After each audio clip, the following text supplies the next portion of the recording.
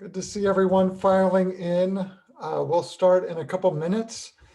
If you want to put a little introduction in the chat box, maybe just a name and location, that would be great, just so people can see who's here and where folks are from. And we'll get started in about a minute and a half.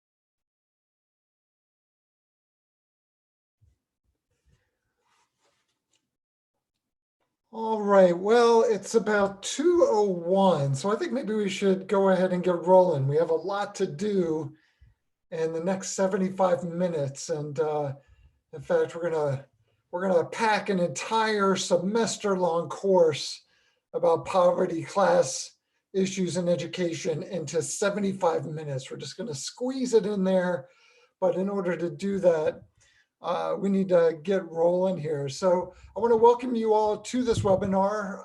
The title is Poverty, Class, and Educational Equity, Spotting and Removing Barriers for Working Class Families and Families Experiencing Poverty. My name is Paul Gorski.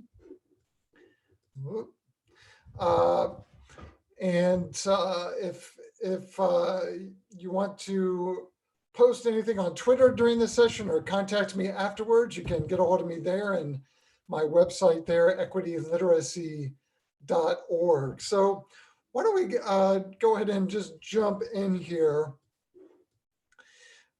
So I see all our posting names and locations. So I think we have a good start there. I would love for people just to maybe enter one word, just one word to describe how you're dealing with the social distancing and the COVID-19 more generally.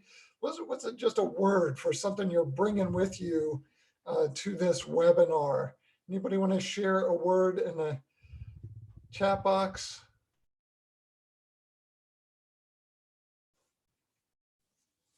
We got roller coaster.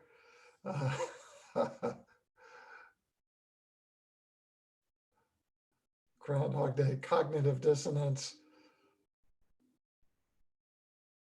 Okay, a couple of you are actually doing one word. That's pretty good. The rest of you, it's like there is no one word that can contain what is happening for me right now. Anxiety, man, I can really connect with that one. The anxiety and the stress. I think those are two things that, usually I'm a pretty chill, laid back guy, but man, a lot of anxiety and stress for sure.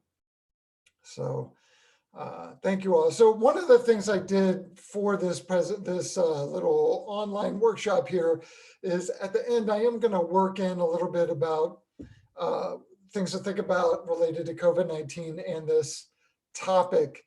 So we'll get to that. Here are our overall objectives. We're going to explore a little bit of language because I used to not talk about this in my workshops, but people always used to ask about it. What's the language you're using? and I don't understand what's the difference between working class and poverty. So we're going to just kind of quickly go through that. We're going to do a deep dive on deficit grit and structural ideology, because to me, this is the most important conceptual tool when it comes to creating equity for students who are working class and students who are experiencing poverty. We're going to also use that to talk about how to cultivate what's called a structural ideology, which in other words is like an equity perspective when it comes to interpreting things around class and poverty. We're going to also talk about some practical strategies, including what this means during COVID-19. So, let's just start with some of the language. Again, this is probably not going to be earth-shattering for anybody, but I do think it's helpful just to think about the language that people use around these different categories.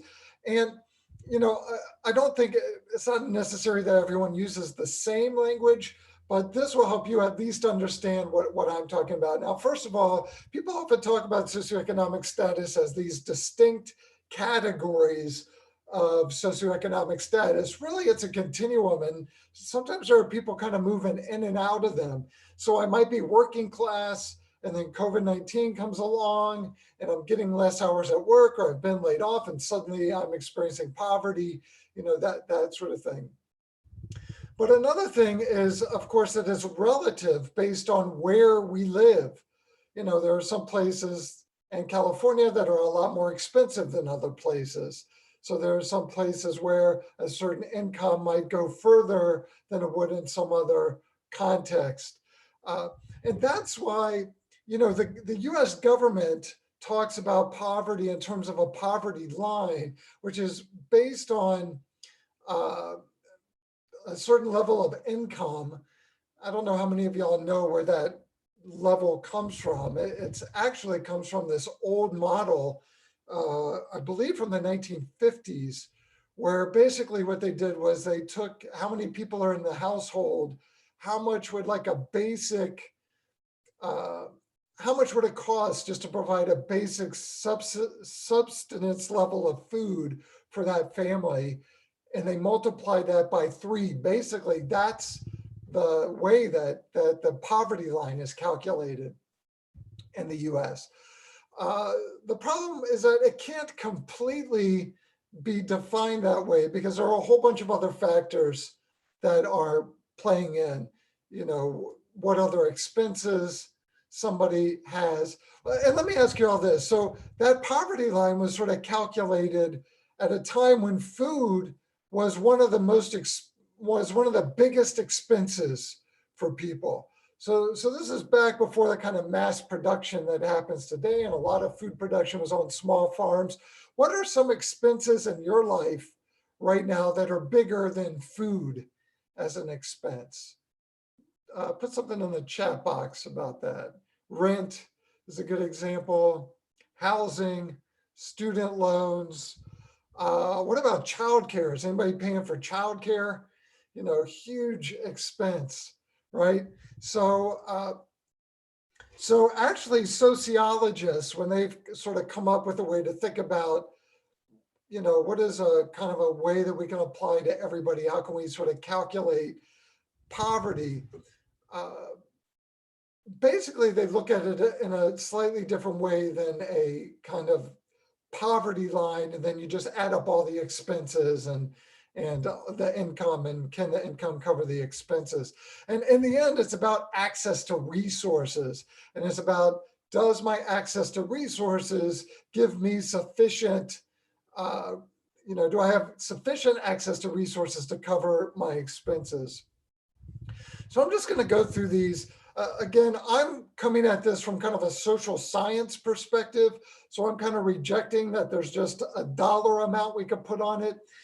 So if I think about it this way, people who are experiencing poverty are people who do not have access to the resources they need to meet basic needs, just the most basic needs. And some of those are the things you all are mentioning here: insurance, medical, housing, childcare, food, those sorts of things. Can anybody think of other just basic needs, just things that, you can't really survive without? transportation expenses.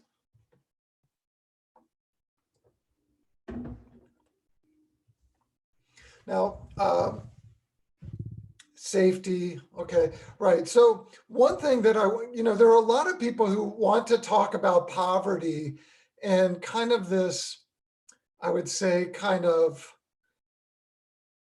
uh, sort of a more kind of fluffy way, which is because they want to make the argument that people are not impoverished, like who people are is not impoverished. And so they want to talk about, well, what gifts do people have? What strengths do people have? And I think that is important. And they might also say, do I have a connection to, a church? Do I have a connection to whatever?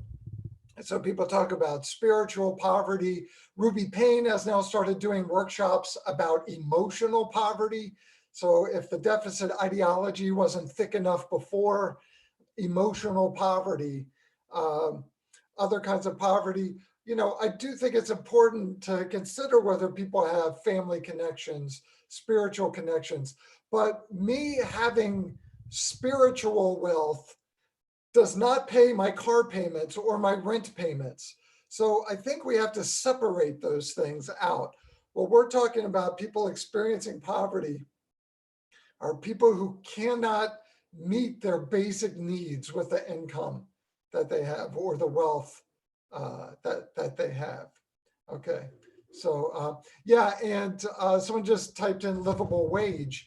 I think that's important. And it's a weird thing because when you bring up living wage in the US, I think some people's hackles go up and, oh, that's, now you're talking about, communism or whatever. Living wage is not a radical idea. Living wage means if I work a full-time job, I can meet my basic expenses with a full-time job. I can take care of the basic human right level expenses that I have. So that's not even radical. That's different from somebody saying, like, we need to have more, we need to eliminate inequality or inequity in wealth, which is another sort of more transformative vision. But we don't have time to go into all of that right now, even though I really want to. But I will say again, basic needs and expenses. If I can't meet basic needs or expenses, that means I'm in poverty. So what is working class? Working class are people who are just barely meeting basic needs. People who are working class are not accumulating wealth. They are just barely meeting the needs that they have. So for working class people, losing income for just a short period of time, you're right in poverty. So it's interesting because most people in the U.S., if you ask them what economic group you're in, most people will say middle class. But the truth is that the middle class is shrinking. The working class is the biggest economic group in the U.S. And I think a lot of people who thought they were middle class and are now, losing work because of COVID-19 are finding out really quickly, I'm not middle, I'm working class. I'm not middle class because now all of a sudden I'm out of a job for a couple of weeks and I can't meet basic expenses. Right, so one thing we have to remember is that working class families, they're just barely meeting expenses. So they face many of the same barriers. So for instance, when we have extra fees that at different levels of schooling are sort of attached to things, and here's an extra fee and here's an extra fee. And if you want to take this art class, you have to pay for these extra things and all these extra fees. I think a lot of us would think, yeah, that's really hard on people experiencing poverty, but people who are working class, just barely making it, it's a hardship on them as well. And now we're having to choose, do we keep the heat on? Do we invest in this education and those sorts of things? So working class families, just, a medical emergency, a car accident, a layoff away from experiencing poverty. Middle class are people who have sufficient access to resources to meet basic needs, and also people who are able to accumulate a little. So I have a little safety net. I'm able to accumulate maybe a bit of a savings account so we can take the occasional vacation, that sort of thing. There's a little bit of protection there that working class people and people experiencing poverty don't have.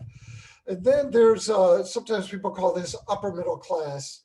Uh, I think of it as, this language actually comes from Paul Kivel, managerial class. These are mostly people who work in private industry or in the upper tier of high paying professions, doctors, lawyers, engineers. Uh, People in the managerial class generally would be fine economically, even if income stopped for a certain amount of time, because they've accumulated enough, and they have investments that they can cash out part of if they need to, and that sort of thing. So they've accumulated enough that they're even more protected. And then finally, wealthy people.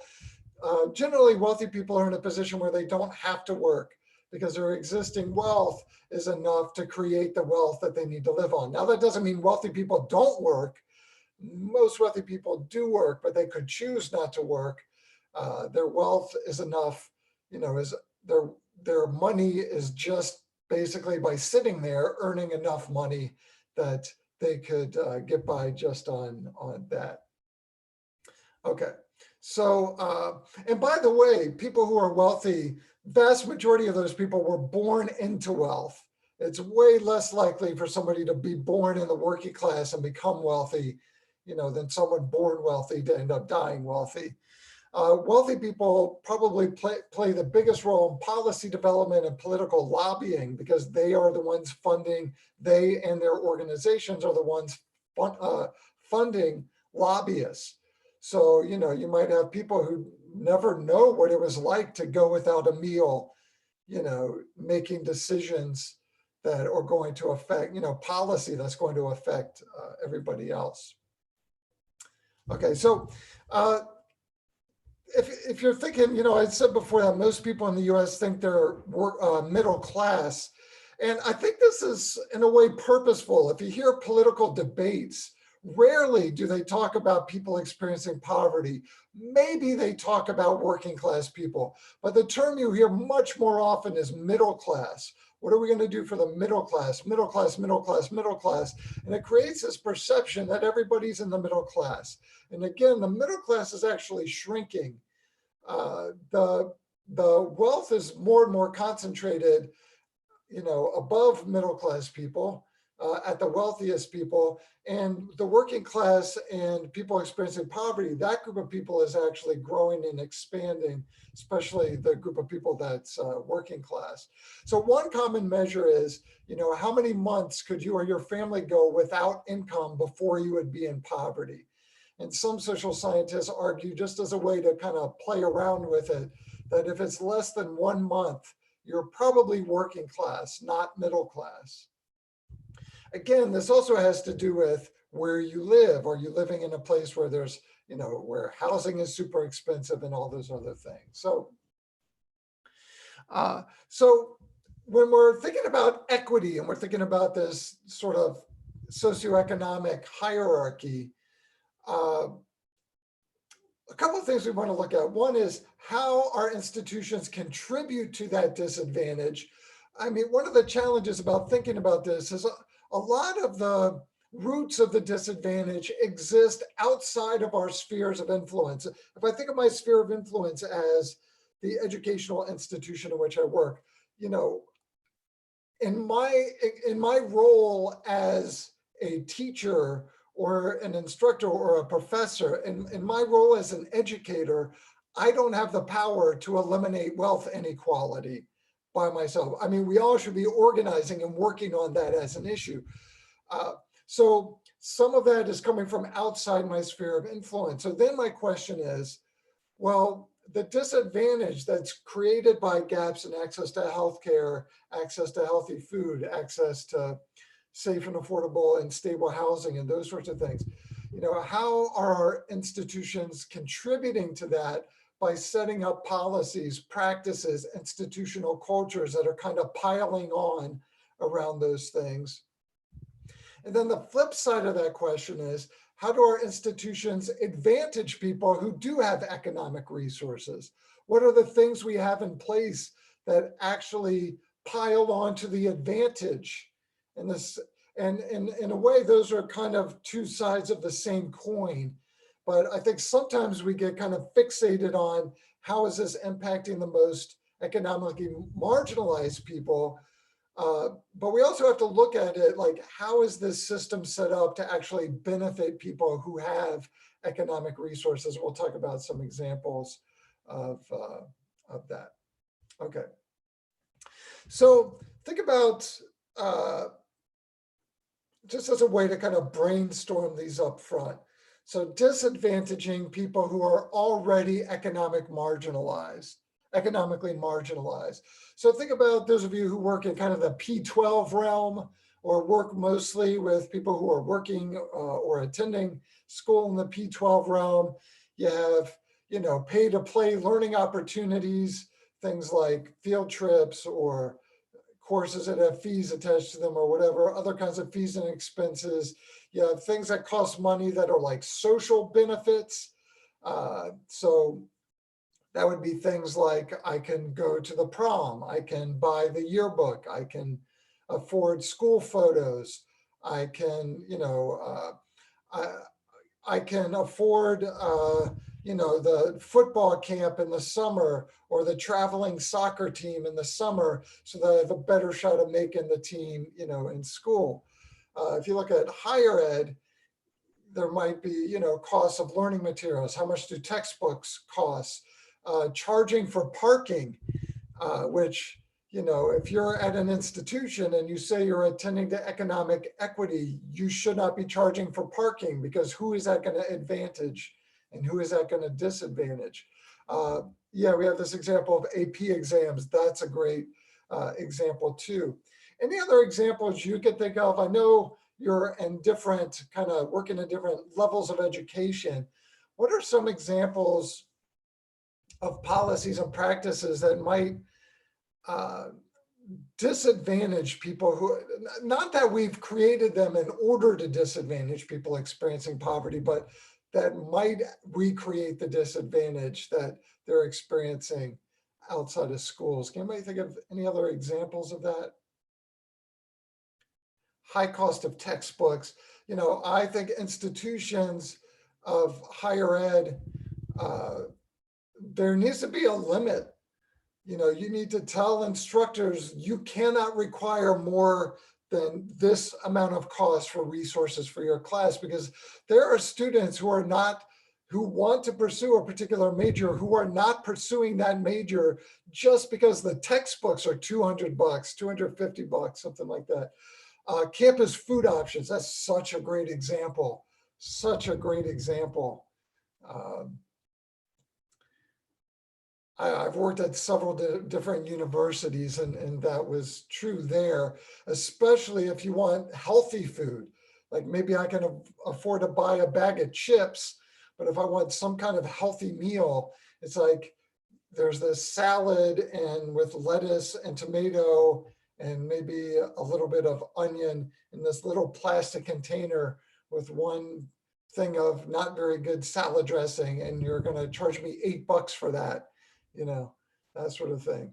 School-based fundraising, art class materials, these are great examples. STEM majors, these are excellent examples. So these are the things we have to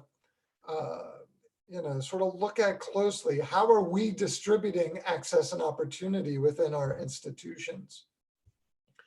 And then if you look at, the flip side of this, you can look at it the same way. So if we have pay to play learning opportunities, that this is actually going to advantage the people and families who can afford to pay for those opportunities, right? Summer enrichment programs, or whatever it is. Even something like, if you're at the maybe in middle school, or let's say maybe you're in a high school, maybe you have some extracurriculars that meet after school, or you have some teachers who will meet with students before school or after school, but you don't have an early bus or late bus. You say, okay, well, this is actually going to create even more academic advantage for the students who already have the academic advantage.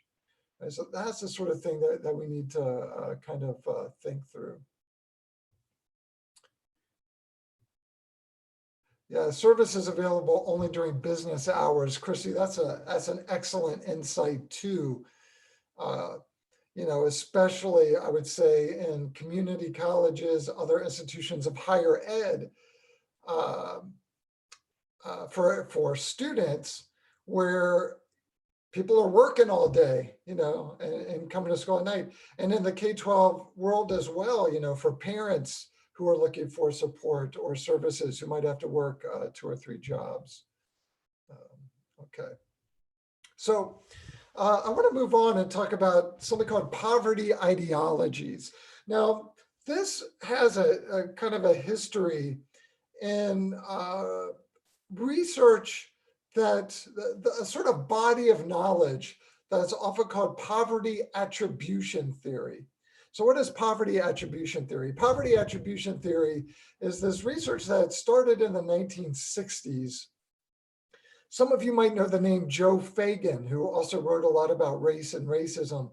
And he was kind of instrumental with poverty attribution theory as well. So poverty attribution theory is about to what do people attribute poverty?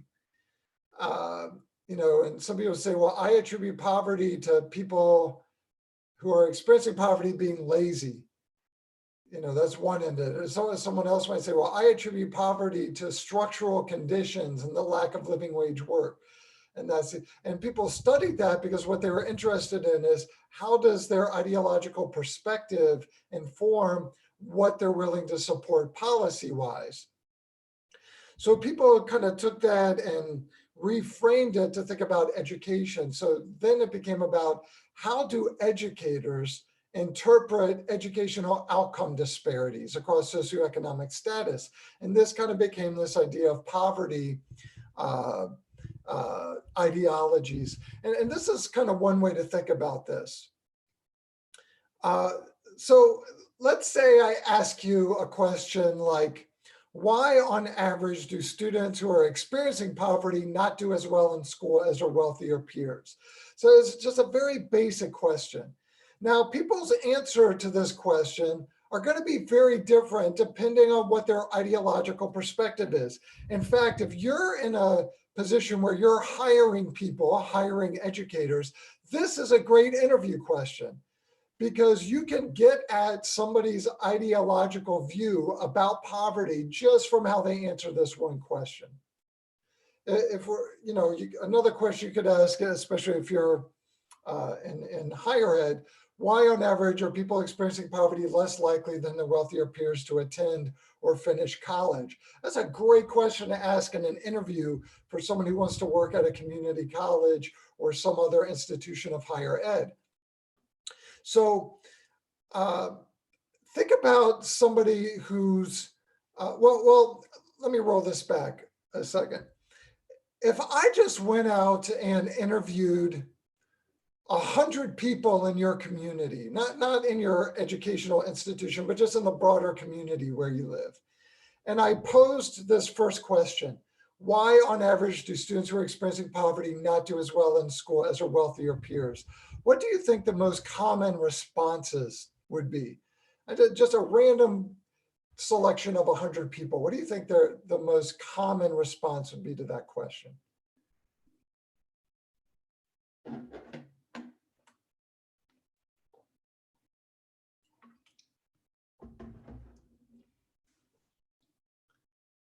Jessica says lack of resources.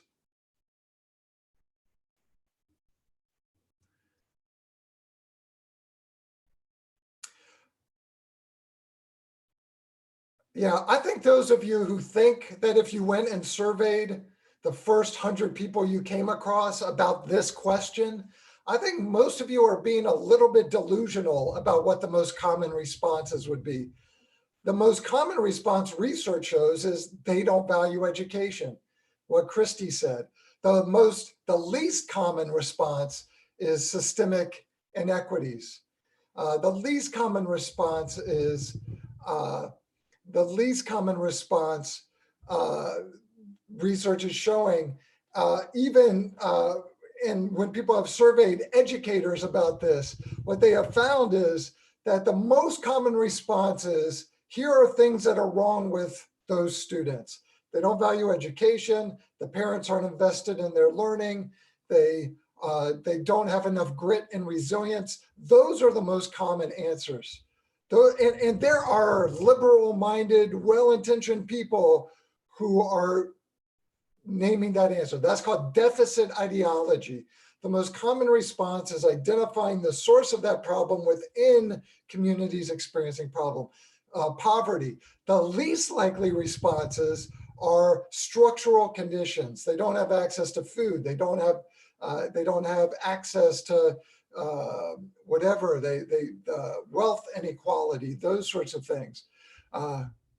Okay, now people are correcting. It's like, yeah, that's what I would say, but not what necessarily what, so this is kind of an unfair group to ask this question because you all are opting into this conversation. So you're more likely to have this kind of structural response, whereas people out in the community are even well-intended people, liberal-minded people, liberal, quote unquote, minded people are much more likely to say, even if they're good people, they don't mean to be jerks, we got to fix these people experiencing poverty. That's why this whole like Ruby Payne model, framework for understanding poverty, became the most popular model for talking about class and poverty, because the whole thing is about how do you fix the culture of poverty? How do you fix the mindset of poverty? That was the strategy that was being used to address educational outcome disparities.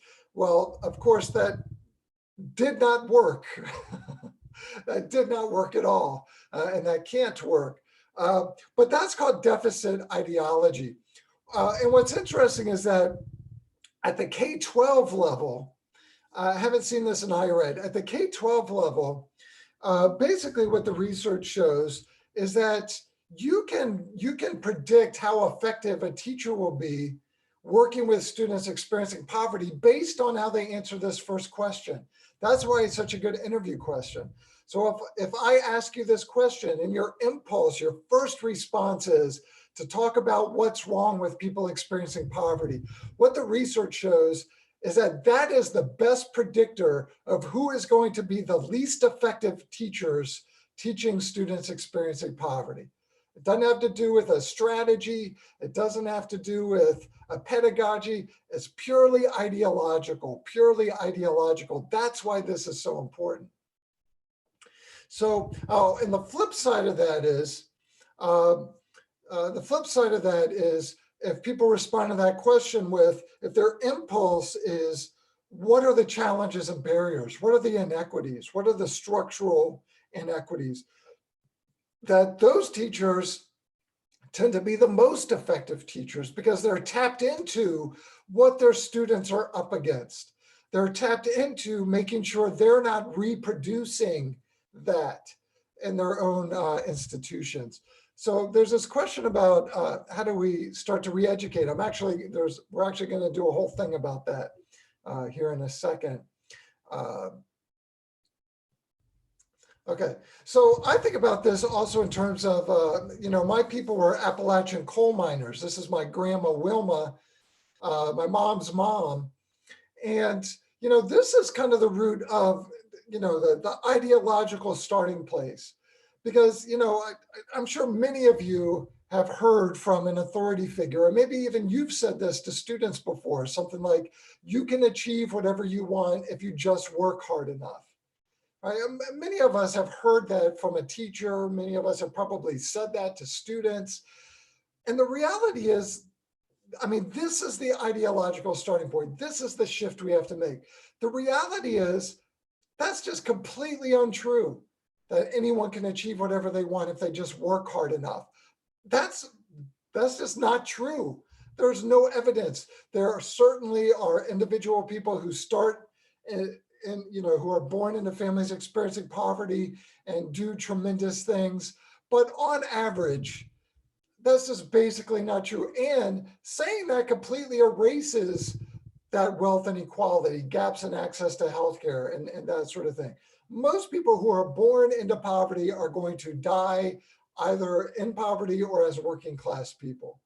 So this idea that anyone can achieve whatever they want if they just work hard enough is just simply not true. But it's indicative of an ideology that says, well, people just got to pull themselves up by their bootstraps. It's indicative of the ideology that in a lot of schools has landed us on grit as an equity strategy, as a replacement for racial justice or a replacement for equity around socioeconomic status. Let's talk about grit and resiliency. It's that same sort of mindset that's sort of landing us there. So it really, at a very fundamental level, we have to shift, it's that mindset shift. It's that, Christy mentioned the deficit thinking, that shift. Dahlia, I'm not sure if I'm pronouncing your name correctly, but these misguided ideologies, that's the starting point. And I think that's really hard in education because there's kind of this culture wrapped around education that is very practical. It's like we just need to find the right combination of strategies and initiatives and programs. And if we just find the right combination of that, the inequity will go away. The problem is really starts ideologically. The problem is, if say you're an equitable institution, you need to stop hiring people who are coming in with these biased, oppressive ideologies. Because if that's where I'm stuck in that ideology, it doesn't matter which combination of strategies you give me, what I'm going to be producing is inequity, no matter what you give me. It starts with ideology. So these are what's called the poverty ideologies. We have deficit ideology, grit ideology, and structural ideology. So we're going to talk through these. I'm going to ask you for some examples here in a second. So what is deficit ideology? Deficit ideology is the belief that disparities, outcome disparities, graduation rates, test scores, those sorts of things, that disparities are the results of deficiencies within students and families experiencing poverty. So if I have this kind of deficit ideology, or what I call the deficit impulse, if you show me that data, okay, are students experiencing poverty or graduating at lower rates? Let's say if you're in higher ed, or are students experiencing poverty or graduating at lower rates if you're in say in a high school? That if I have deficit ideology, my instinct is going to be, what do we need to fix about those students in order to address this? Well, the reality is we can't address this by fixing anything about the students, because the issue is not the students. The issue is a lot of structural stuff that may exist outside of our spheres of influence. So we got to learn how to sort of mitigate that. And we'll talk more about that in a little bit. But it's also, the instinct ought to be, well, what are the barriers that we're creating? What are the challenges and barriers that we're creating, that we're putting up? That should be the instinct. What are we doing that is causing this? If I have a deficit ideology, it would never even occur to me to ask that, because I'm seeing, people of color are the problem. People experiencing poverty are the problem. That's what needs to be fixed.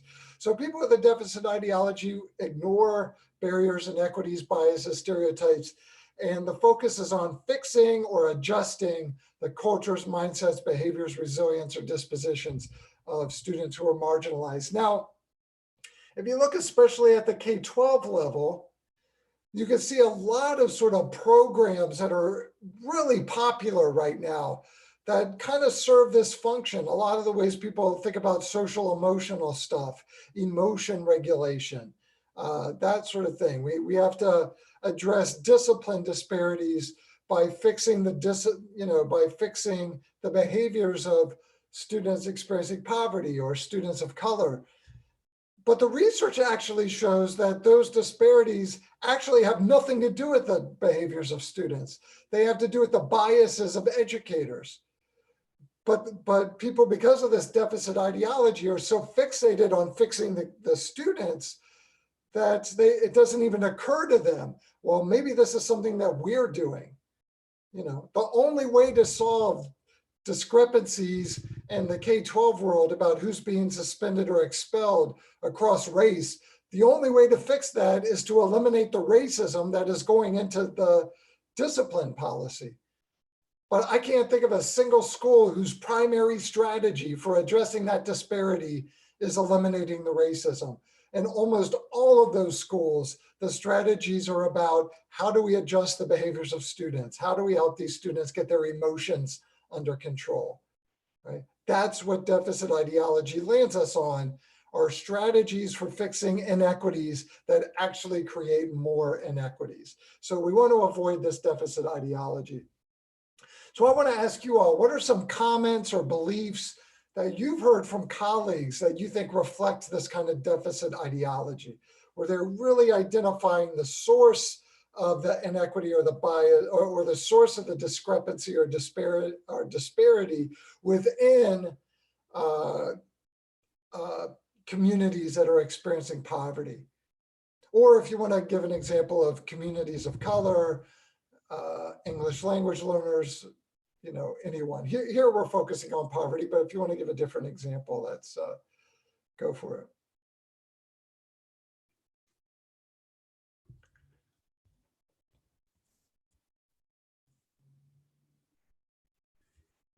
Any examples?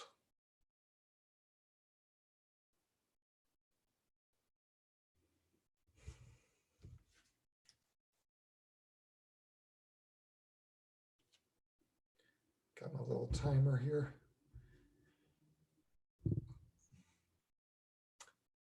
Oh yeah, students aren't driven. Yeah, that's something that I hear a lot. Or motivated, I hear a lot too.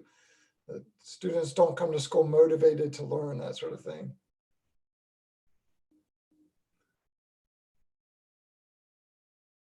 Yeah, they're not motivated. Adriana and I were on the same thing there. Yeah, the cultures of the families, right? And that again is that sort of old kind of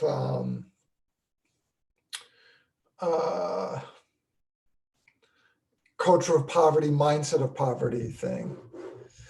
Yeah, that's another good point. I did it. A lot of times when I'm working in educational institutions, the biggest resistance sometimes come from people who experience poverty themselves, and because they were fortunate enough to not be in poverty anymore, now they want to sort of identify up the economic continuum instead of identifying down the economic continuum.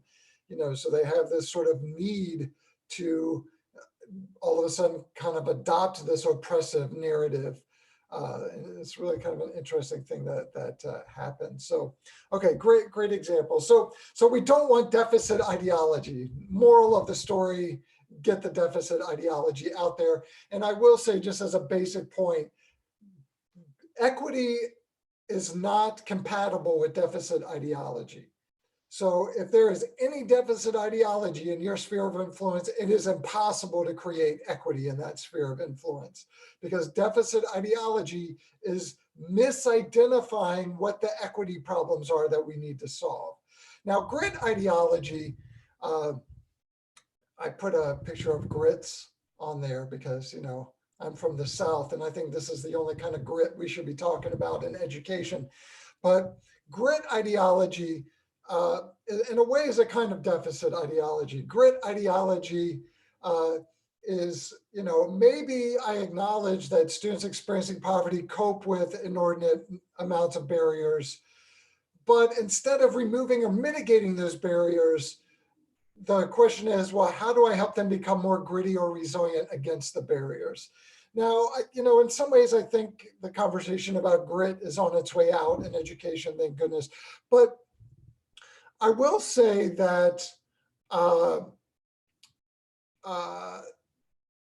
I find so odd about the whole thing about grit, especially in education, the way that it's especially been sort of connected to students who are from marginalized communities, students experiencing poverty, students of color, whoever it is that these are already our most gritty and resilient. I mean, imagine being a person of color experiencing poverty. So I am out in the world coping with structural racism. I am coming into this educational institution still experiencing racism. I'm denied good health care. I'm denied the access and opportunity. I can't afford it. My family can't afford a tutor the way some of these other families can afford a tutor. And by some miracle of resilience, I am coming to school every day. I'm engaged. I'm going home after school. I'm working. I'm taking care of younger siblings. I'm somehow still trying to manage to get some of my homework done. So this notion that what they need is grit and resilience is just, to me, asinine. Now, I do want to distinguish. I do realize that within the context of communities that experience a lot of marginalization, it's important to have conversations like, okay, well, how can I help you as an African American young man, you know, deal with the racism that I know you're going to experience in that school? I know parents are having conversations about that with their kids. Communities are having conversations like that with youth and their communities. But if I'm a teacher who's not doing anything about that inequity, I have a problem with a teacher like that. I'm not addressing the inequities. I'm not addressing my part. Instead, what I'm doing is telling these kids they need more grit and resilience. I think that's a problem. That's deficit ideology. Yeah, Adriana, that's such a great point. It's kind of like a savior mentality in a way there. Like, I feel good because I've done my part to help save you from, your bleak future, without actually changing the conditions that are still privileging me and people in my community at your expense. That's okay. So I'm going to skip this because I think we've already talked about enough, and I want to get to the structural ideology. So what is a structural ideology? Structural ideology is a belief system that educational disparities are the result of gaps in access and opportunity. So we focus on what are the challenges and barriers? What are the biases and the inequities? What are the stereotypes that drive the gaps in access and opportunity? Now, again, some of those disparities exist outside our sphere of influence: wealth inequality, lack of living wage work, affordable housing, transportation access. But even though I might not be able to change those huge structural conditions, I can, at the very least, be responsive to those conditions and mitigate those conditions and make sure that I'm not contributing to those conditions, right? So maybe I can't afford to buy every family a car if I'm, working in the K-12 world, but maybe I can figure out a way to provide a bus for family engagement opportunities, or go into meet in a community where people are in walking distance, right? So with a structural ideology, the focus is on removing barriers. What are inequitable policies? What are inequitable kinds of classroom and school cultures? Identifying and eliminating inequities. That's what we call the structural instinct. Deficit instinct, what do I have to fix about those people? Structural instinct, what are the challenges of barriers? How am I contributing to the challenges of barriers? What are the inequities, the kinds of discrimination, the oppressive conditions? And how are we reproducing those in what we're doing in our classrooms and schools? So you can look at kind of cultivating the structural lens. Somebody asked earlier, how do you start to shift people's ideologies? Well, I use exercises that kind of relate to this, and I'll show you another one next, where you have, okay, well, let's start with, let's say we have data, whether you're working in a community college, a K-12 school, a university, wherever you are, and school data show students experiencing poverty are not doing as well as their wealthy classmates.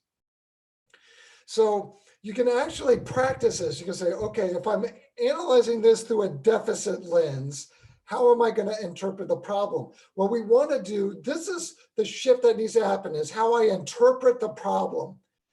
If I misinterpret the problem, everything that happens after that is going to be a disaster when it comes to equity, right? How I interpret the problem drives the solution I can imagine. The solution I can imagine drives how effective my response is going to be, whether it's going to be an equitable response or a response that creates more inequity. So we might start with deficit. response? If I'm looking at this through a deficit lens, what is my interpretation going to be? What am I going to define as what needs to be fixed? And how would we go about fixing it? Well, if I have a deficit lens, I'm going to think, if I have a deficit lens, I'm going to think, well, we got to fix these students. How do we convince them to care more about their education? That sort of thing, right? And that, of course, is not going to be a good response to the inequity. If I have a grit lens, it's going to be, hey, how do we make these students more gritty and resilient? Again, we're just ignoring the barriers, the inequities, the biases. So structural response, right? Identify the inequity, eliminate the inequity. What are the challenges and barriers? What are the inequities? What are the structural conditions we might not be able to completely eliminate, but we can at least mitigate them. We can at least recreate what we're doing. So take as an example, family engagement. Let's say you're in a high school or middle school, even an elementary school. You say, okay, well, how do we completely rethink how we do family engagement in a way that is going to prioritize access to the lowest income families, right? Not how is this going to create the most, overall, the most access, but particularly because middle-class families can adjust to us doing it in a way that's going to make it accessible to families experiencing poverty. Families experiencing poverty cannot adjust to us doing it in a way that's going to work the best for middle class and upper middle class families, right? That's the structural response. How do we rethink how we're doing something so we're not contributing? So here's a question from the YouTube live chat. How are we supposed to change the systems when the systems, the gatekeepers, are resistant to change? That's a really good question. It's a really important question. And I think that's it's a great word, the sort of gatekeepers, because that's often the problem. So I'm going to answer this in two ways. One is, I can define what is my sphere of influence. Here's what I have control over. Here's what I don't have control over.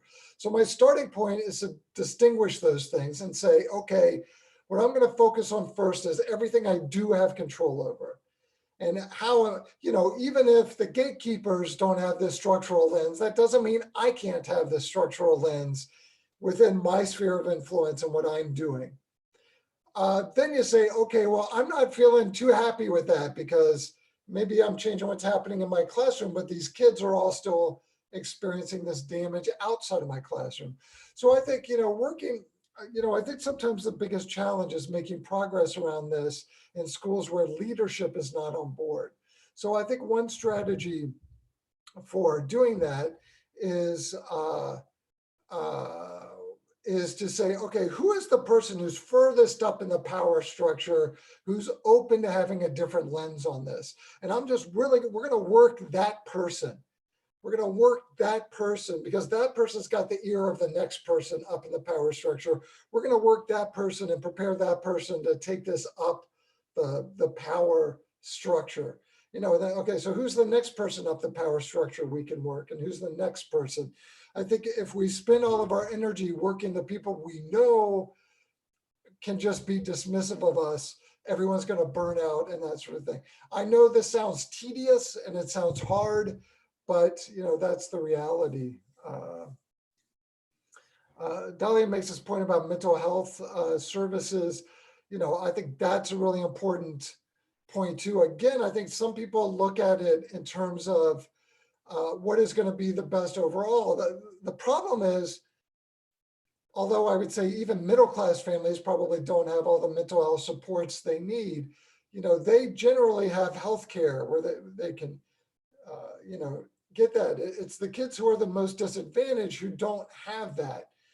So how do we create some pathways for that? Yeah. The mindfulness thing, I want to be careful because I think that's becoming a popular thing people are tossing in as an equity strategy. First of all, I think mindfulness loses its meaningfulness when anybody is compelled to participate in mindfulness strategies. But I do think all educators should be trained on their own mindfulness. We also don't want educators who haven't done the work themselves to be sort of trying to lead those meditations and mindfulness exercises with students. But again, I think we need to be very careful because I think in a lot of schools, that's the kind of thing that's being leveraged to saying we need to adjust the mindsets of these kids, which is going to let us off the hook for doing the institutional work we also need to do. So we need to make sure we got a both and happening there. Okay. I'm starting to lose my voice and I have to do a whole other hour webinar later tonight. So I want to talk about cultivating a structural lens. Again, the structural lens is about this curiosity. What are the barriers, challenges? And I use this framework called equity literacy. This is what I mean about the literacy part of it, that this needs to become second nature. So when I'm doing professional development in schools, this is something I'm hitting really hard. We have to learn how to have this lens. We have to practice having this lens. And I use case studies for it and all sorts of things. Read this case study, practice applying a structural lens to it. Right, so you might think, okay, let's start with students experiencing poverty. What are some of the inequities that they face outside of educational institutions that could affect their abilities to achieve to their fullest potentials within those institutions, right? So we have things like inadequate preventive healthcare, lack of access to tutors, parents working multiple jobs, need to work or take care of younger siblings. Think about those of you who are working in community colleges. What percentage of your students have to work full time because they have to pay for their tuition, they have to help take care of their families and everything else. And think about the difference in the experience of a student who has to work full time just to be able to go to school to people who don't have to work at all, and all the advantages that the people who don't have to work at all have. So the institution should be thinking about, okay, what can we adjust institutionally to give, with our policies and practices, to give access to those same things to our lowest income families. That should be the priority there. I'm getting voice recommendations here. Okay. So that's sort of outside of school. Then you can ask the same question within educational institutions. So again, just doing these exercises, what are the barriers that we're putting up? What are the barriers? And you can break it up into little pieces. If you're in higher ed, you can say, what are the barriers to registration? What are the barriers to being able to pick which major or which associate's degree that I want to go for? What are the barriers to building relationships with faculty, those sorts of things, or so you can break it up into little pieces like that. If you're in K-12, what are the barriers to family engagement that we're putting into place, right? So you could do an exercise where you just ask a question like this and just and work with your colleagues to just map it out. You don't have to play the blame game. You don't have to say, okay, who are we going to blame for each of these? It's just a building an awareness. Okay, so let's map out the barriers. And then if you want to have a deeper level conversation, you can say, well, what is it about the institutional culture that ever got us to a place where we have all these barriers? What is it about the institutional culture that ever landed us on these inequitable policies and practices? Because we need to do the deeper work of addressing those things as well. Erica asks, how do you differentiate structural and systemic? I think I kind of use those, I think I use those pretty interchangeably. I differentiate institutional, which I think of as how things operate in particular institutions. So education as an institution or an individual school as an institution. I think of structural or systemic as those kind of broader patterns or systems of inequity that exist in the broader society, but have an impact on everyone in the society and how they interact with institutions. Okay, and then you could also flip these prompts. You can say, and I think this is a great example of an activity if you want to get at privilege. What are the things that we do in our policies and practices that actually advantage wealthier students? Map them out in this institution, what are the policies and practices that we have?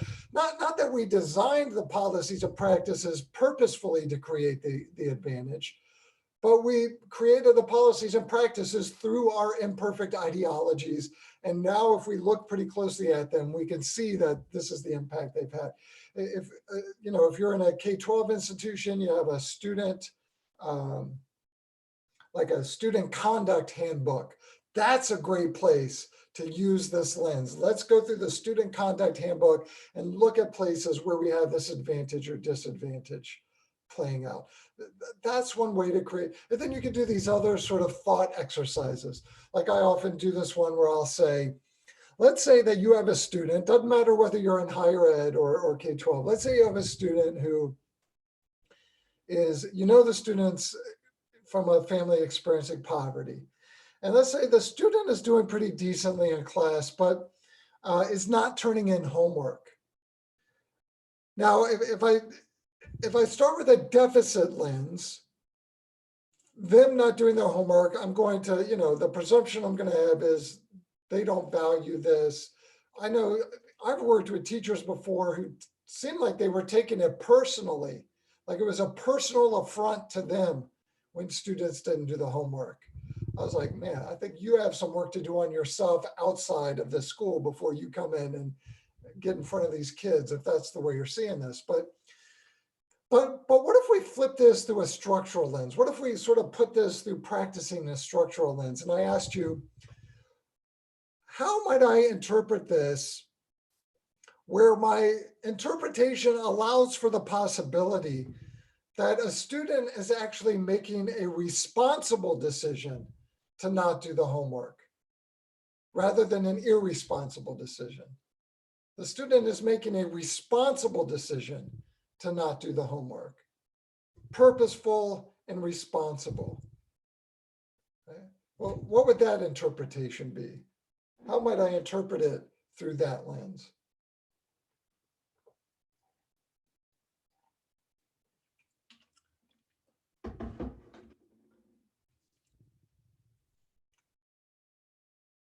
Typing, typing, typing. I know somebody's typing.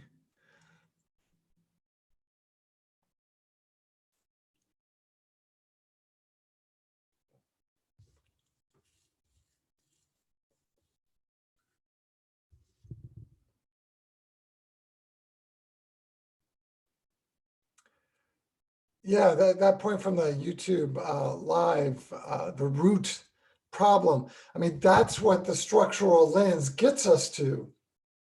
If I have a deficit ideology, the root issue, it's not even going to occur to me, maybe that there even is a root issue.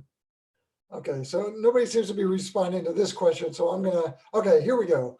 Carla, taking care of younger siblings. Absolutely. I've worked with faculty members in higher ed who have said, I have the student who's struggling, and I have these, I set up these office hours, or, I have the special study section, and these students are not showing up.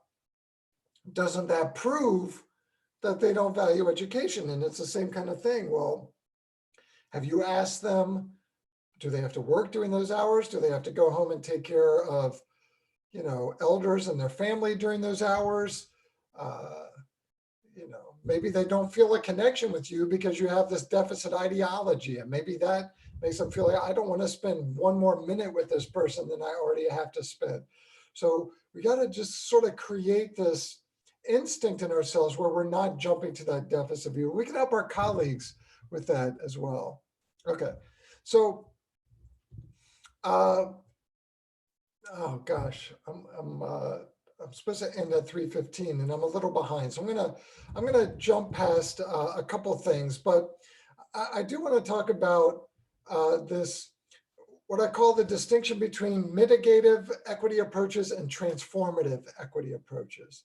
So just with this example of homelessness, I often ask this question: what are the most common things people and organizations do in response to homelessness? And commonly people name things like, well, there's a food shelter, there's a soup kitchen, there's a coat drive, there's a sock drive, there's a, canned food drive, those sorts of things. And then I asked the question, okay, well, which one of those things is a threat to the existence of homelessness? And my point there is that I think so often we're trained to think about creating change that's really mitigative and not transformative. So when we're addressing homelessness, it's, how can we help people who are homeless be more comfortable as people who are homeless, rather than what do we need to do to address homelessness? This actually goes back, I think it's to Carla's point, or somebody's point about root causes, whoever made the point about root causes. Uh, and I think this often happens in schools, that, how do we help make things a little bit more accessible to students experiencing poverty, rather than how do we transform what we do? How do we transform what we do to eliminate the policies and the practices that are creating advantage for some students, disadvantage for others? So I like to think about this through two popular parables. The first one's a starfish parable. Some of you might have heard me tell this story if you have been in any of my other sessions, but I'm going to give you the quick version of it. There's a young woman walking on a beach, and all these starfish are drying out, and she's picking up the starfish one by one and throwing them back in the ocean. So an adult comes along and says, "You're never going to make a difference. There are thousands of starfish drying out." So she picks up a starfish and she says, "Well, I made a difference to this one." And she throws it back in the ocean. Now, this is what I call the starfish approach. Now, she's doing important work from the perspective of those individual starfish, right? But the bigger set of conditions is still there.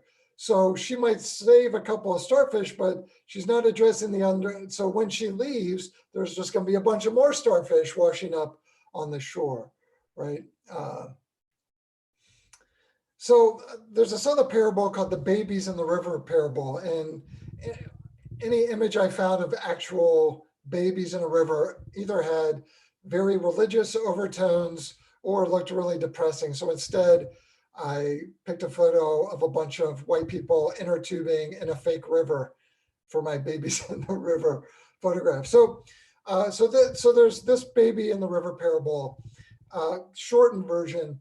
There's a young woman standing by a river and she sees a baby floating down the river. So she wades out into the river and saves the baby. She turns around, there's another baby floating down the river. So she wades out, saves the baby. And the more time she does this, the more babies are floating down the river. Next thing you know, the whole village is down at the river and everyone is wading into the river, saving babies, pulling them out of the water. And then that original woman starts walking upstream. And people are furious with her. "Well, what are you doing? We have to save the babies." And the woman says, "I'm going to go figure out how these babies keep ending up in the river." Right? Again, that's getting at the core issue. And I think this is what we almost never do in education. I think we're very program happy. Here's a set of issues, so let's just start throwing programs at it until something sticks. We'll just throw trauma informed, we'll throw SEL, we'll throw restorative, we'll start giving people the ACEs survey, we'll just start throwing programs at it until something sticks. And this is a horrible way to go about equity. And what we often don't do is say, okay, well, what are the root causes here? What are the root causes? We've talked about a bunch of them. Somebody added in food insecurity. It's a great, and even that is a symptom of wealth inequality and lack of living wage work. It seems like everything sort of goes back to that eventually when we're talking about socioeconomic status. So again, within our spheres of influence, we need to think transformatively. How do we transform the way we're thinking? How do we transform policies and practices rather than leaving those inequitable ideologies, policies, practices in place, and then just making little adjustments because we're throwing in grit or growth mindset or social emotional or whatever. So, okay. So I want to go really quickly through just a few points about COVID-19 and how this class of poverty thing affects it. I guess you're all probably already thinking about this, but just a few things to consider. Of course, all of this we should have been considering before COVID-19, but Students have different levels of access to material resources. This includes technology, and that this is exacerbated in a time of crisis, right? So we got to be thinking about what are our expectations about what kind of resources people have access to. We should have been thinking about that before. Many of the popular video conference participation rules that I see online are really, really problematic and oppressive. And somebody actually just pointed, might not have a quiet place to study, but often these rules are like find a quiet place to log on, or make sure you log on time, or keep your camera on. And so there's these kind of shaming things that happen for people who just aren't in a position to do that. Maybe I live in a place, maybe there are people who are undocumented who work with me. I don't want to put them at the risk of being on camera. Maybe I live in a place that's crowded because I'm in a low income neighborhood and I don't really want you to be able to see inside of my house. This is my private space, right? So we want to think about those kind of circumstances. We got to remember who is most likely to be able to work at home, because that affects people's access at home, whether whether we have students who are still, having to go to work, or parents of our students who still have to go to work, of course. And finally, research, if we're moving to online stuff, that all the bias, the bullying, the homophobia, transphobia, heterosexism, economic injustice, racism, sexism, all the stuff that exists offline is reproduced online. I think people have this false assumption that this stuff, if you go online, that this stuff disappears, but of course it doesn't. So we have to be attentive to that. So some of my recommendations: suspend grading, find other ways to offer feedback. I think this is a good overall example. Why don't we just eliminate grading altogether? I think that would be a good strategy. Also, same thing with homework. Research shows most of the kinds of homework that are given in K-12 schools have basically no impact on student learning. So maybe we should be eliminating that anyway. Identify curriculum specialists, especially those of you who are in the K-12 environment where we're just having to adopt curriculum from online curriculum organizations. We need people to ensure that materials, that we're not using materials that might marginalize students. Regular student technology assessments, of course, very important. Any way that we could distribute distance learning tools. Some internet service providers are offering free student service to students. So what are those, and how can we help students tap into them? And then coordinating with housing agencies, homeless shelters, of course, and make sure we're staying connected with students who do not have permanent homes is really important. I want to add with I'm not going to have time to hit all of these, but anyone who wants this PowerPoint, happy to share that with you. So having and communicating high expectations, these have to be demonstrated, not just spoken. I know in the K-12 world, the research shows that we can predict who's going to get the most engaging this is the best way to communicate high expectations. We can predict who's going to get the most engaging pedagogies based on socioeconomic status, based on race, based on home language, and those sorts of things. So we need to follow the advice of Carolyn Shields, who says all of our instruction should be an enrichment approach rather than a low-level remediation approach. I think some of that attitude exists also in higher ed, that maybe somebody needs extra help with a certain content area. That doesn't mean that that has to be taught in a rote, boring way.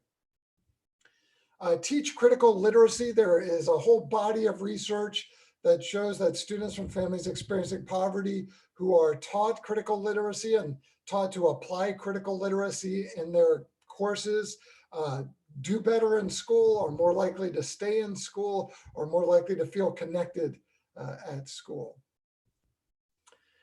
Same with students. There have been these studies where they actually took one group of students and they actually incorporated into education teaching about issues of justice and injustice, and then a group that didn't, and they followed the group that both groups, and they found the groups that did were more likely to stay engaged in school, finish school, do better in school. Again, because they just feel more seen, they just feel more connected. Incorporate the arts across the curriculum, especially if you're in the K-12 world where arts are being cut, which is really a nonsensical strategy, to cut the arts to give somebody more of something else, because research shows that students who have access to the arts do better in school. So why would we take that out? It doesn't make sense.